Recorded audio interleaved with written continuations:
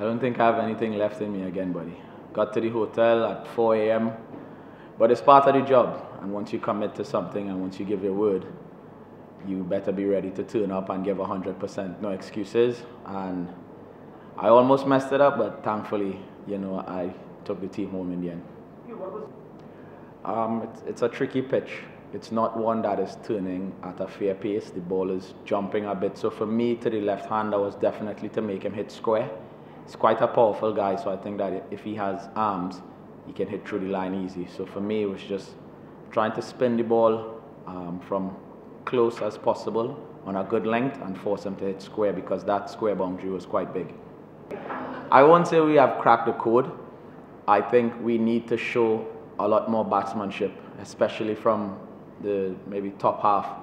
It's quite a difficult job to ask the lower order to hang in against, some good spinners, and obviously it's a fairly used ball as well. So I think we need to learn from this game. We looked like we had it covered from early on, and we just took it for granted and allowed them to get back in the game. So that's one wrong that we have to fix, and I think once we do that and we can set up the game, hopefully we can win that third one easier.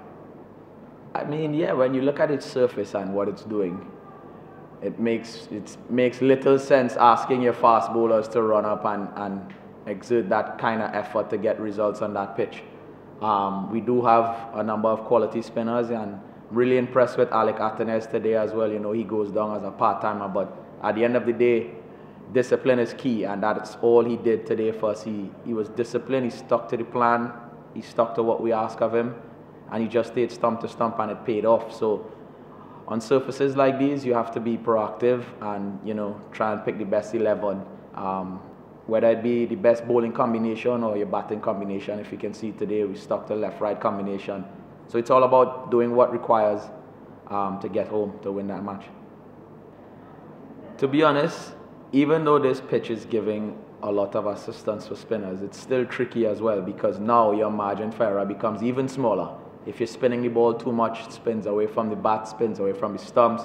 If you're a fraction short, batsmen can sit back and cut and pull. But at the end of the day, all we want to see is good cricket. And that's the only comment I'm going to make about that particular situation. At the end of the day, I mean, yes, I'm a bowler, but I bat as well. So at the end of the day, all we want is good. Yes, I was a bit surprised. I mean, the guy that seemed to do the most destruction in the match, 39 off about 14 deliveries, not out. And he's not in your super over, hitting to the short side where he struck 2 sixes.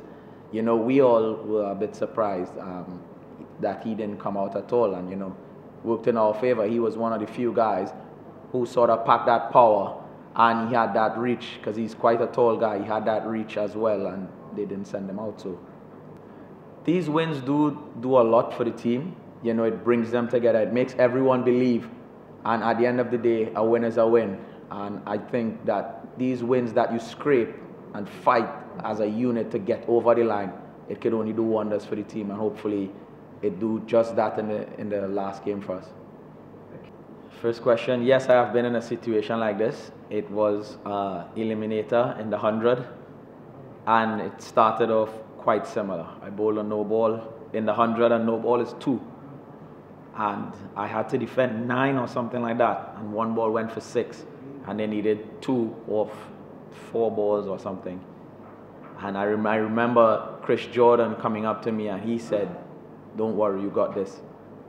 And I said to myself, if he could believe that I have this with 2 runs to go, Liam Livingstone, world-class hitter, on strike, with 4 balls to go, if Chris Jordan could believe, why can't I believe? So yes, I've been in a situation like this before, and very thankfully I've gotten over the line and won the game for my team. With me being out of the ODI team, I have no control over that. For me, it's just about enjoying the game, performing at your best, and just leave the rest up to everyone else. No, not really. I turned my TV on. The first thing that I did was check my TV, because I thought there was something wrong with it. I thought the color, I thought the color had gone or something like that. The pitch was black, and I was like, surely something is wrong with my television. And yeah, it was surprising, but For me, I didn't have those thoughts of, you know, why I'm not in the team. I believe the selectors and the people in charge, they are the ones to make those decisions. And as I said, for me, it's just about enjoying every match, performing to the best of my ability, and leave the rest up to the selectors and whoever has to do that particular job. We just broke our record today. 50 overs of spin. So you tell me, where in the world have you seen that? Lovely match, exciting, you know, it was nail-biting, but I'll leave it as that. I think the confidence in the camp is good. It's just about execution. We all know where we went wrong, and for us, it's just about executing the right things for as long as possible. I think on these sort of pitches, you're never really in until you finish the job. So for us, it's about just understanding, you know, it's a difficult pitch. And if you are in, you take it straight to the end and bring that game home for the team. Don't leave it up for anyone else. Any other question regarding the next game? That's out of my jurisdiction.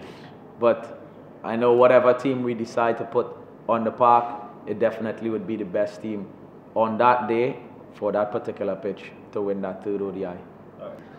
I mean, you could break that record if we bowl six wides and somebody has to bowl an extra.